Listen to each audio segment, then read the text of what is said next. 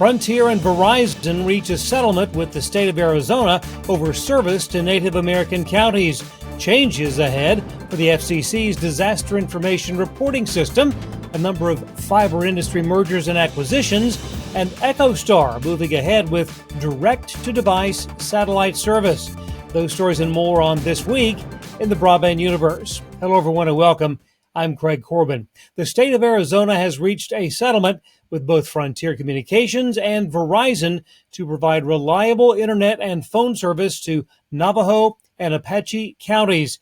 According to Arizona State Attorney General Chris Mays, the service providers will invest $8 million to increase and strengthen broadband in the two Native American counties where unreliable service has jeopardized public safety and put lives at risk during emergencies for far too long.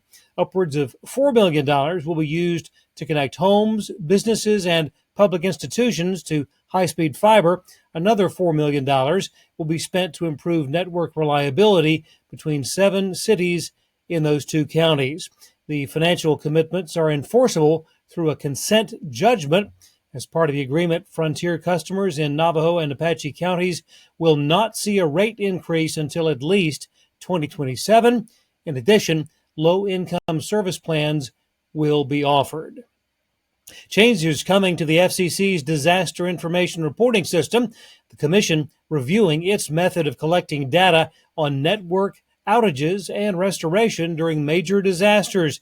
Since 2007, the DIRS has collected information on severe weather impact from communications providers, including cable operators, phone companies, wireless firms, and broadcasters. Data on broadband and phone outages, part of that information, and assists in a more efficient prioritization of disaster response efforts. At present, television and radio broadcast providers, broadband internet access service providers, satellite providers may voluntarily report to DIRS, but are not required to do so. Low Earth orbit news, EchoStar announcing a major satellite supply agreement, making Ontario-based MDA Space the prime contractor for EchoStar's forthcoming NTN, or Non-Terrestrial Network, LEO, direct-to-device satellite constellation. The $1.3 billion deal, covering more than 100 software-defined MDA Aurora D2D satellites. Options are in place to double the number of satellites, raising the agreement's value to more than $2.5 billion. Satellite delivery expected by 2028. Of note, the EchoStar constellation will use up to 500 megahertz of AWS-4 S-band 2 gigahertz spectrum for messaging, voice, broadband data, and video service to standard 5G handheld devices without the need for modifications. A former Western Pennsylvania power plant could soon become a high-tech AI data center. What was the Cheswick Generating Station near Pittsburgh is the planned site for the first high-tech hyperscale artificial intelligence data center in Allegheny County. The project would use 180 megawatts of energy, roughly 20% of what the old 3 Mile Island nuclear generating station produced. Project expected to create more than 100 permanent jobs. Also on the AI front, Fermi America, along with Hyundai E&C, will co-develop a nuclear-based hybrid energy project to support Texas-based AI and data center infrastructure with a private 11-gigawatt grid. Construction is slated to launch in 2026 and will incorporate a mix of nuclear, natural gas, grid electricity, solar power, and battery storage. The first reactor expected to go online by 2032. Consolidation continues in the U.S. fiber sector with a wave of strategic acquisitions and mergers.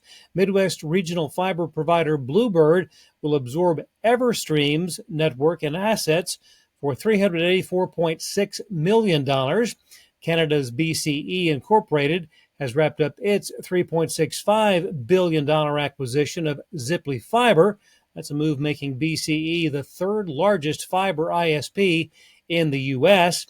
And finally, Unity Group LLC officially merging with Windstream. That comes more than 10 years after Windstream spun off network assets into what became the real estate investment trust known as Unity. One other transaction of note, Amphenol will acquire the connectivity and cable unit of CommScope.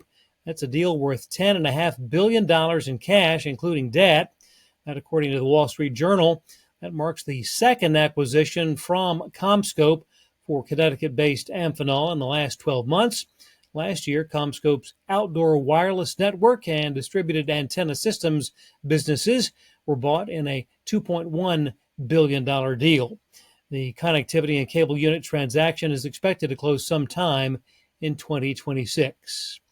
And finally, a wide-ranging patchwork of deals between the National Football League and ESPN announced this week.